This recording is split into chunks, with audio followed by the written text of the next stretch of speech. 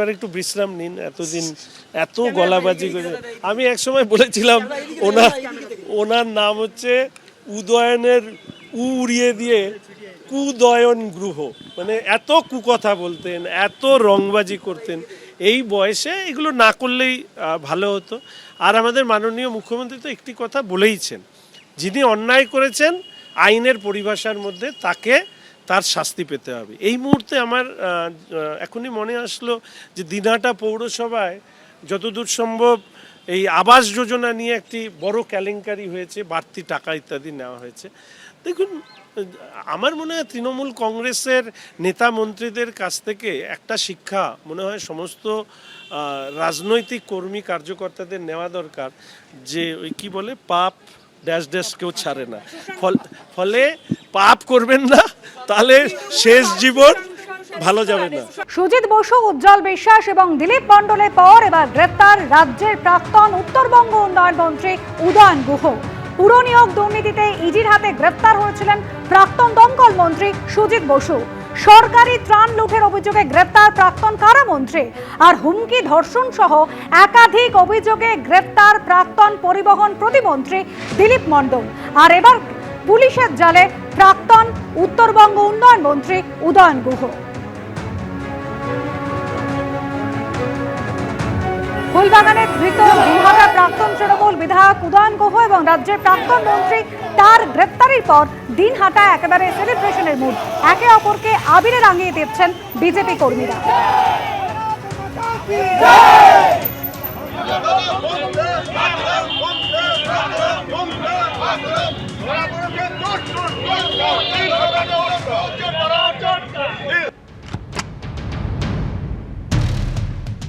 উদয়ন গুহ দিনহাটাতে শিশু মঙ্গল সমিতি নামে একটা উদ্যোগ নেন। তো তখন সেই উদ্যোগের মাধ্যমে দিনহাটার সব ব্যবসায়ী, সব চাকরিন্দার, সব শিক্ষকদের কাছ থেকে হাজার হাজার টাকা করে তোলা হয়। কারো কাছে লাখ টাকা তোলা হয়, কারো কাছে ইভেন এরকমও আমাদের কাছে খবর আছে যে যারা বড় মাপের ব্যবসায়ী আছে তাদের কাছে কোটি কোটি টাকাও তোলা হয়। তো এরকম করে করে নাই করে এস্টিমেটেডলি বলছি যে 30 থেকে 35 কোটি টাকা তোলা হয়েছে। তার 5% কাজ হয়নি। আর আমি একজন ব্যবসায়ী, আমার কাছ থেকেও তোলা হয়েছে। তারপরে আমি থানায় যাই যে এরকমভাবে আমার কাছ থেকে টাকা তোলা হচ্ছে, এটা অভিযোগ করার জন্য।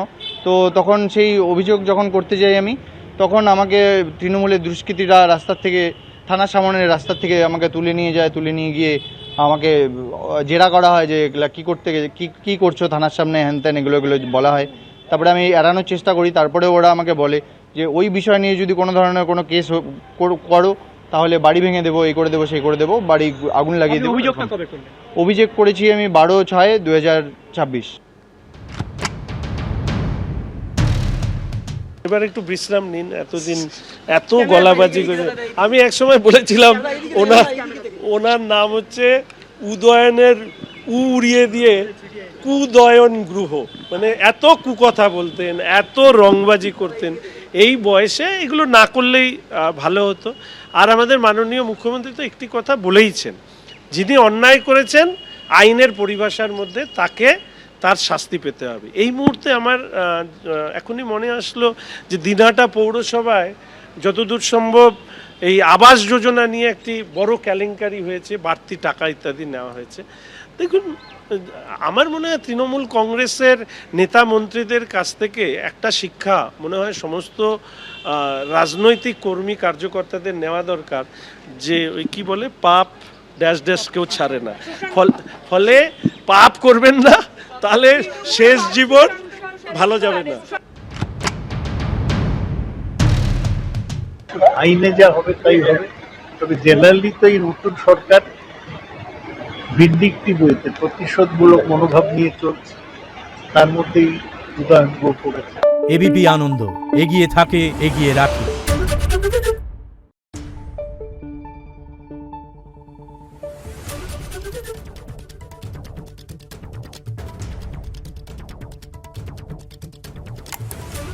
Thank you.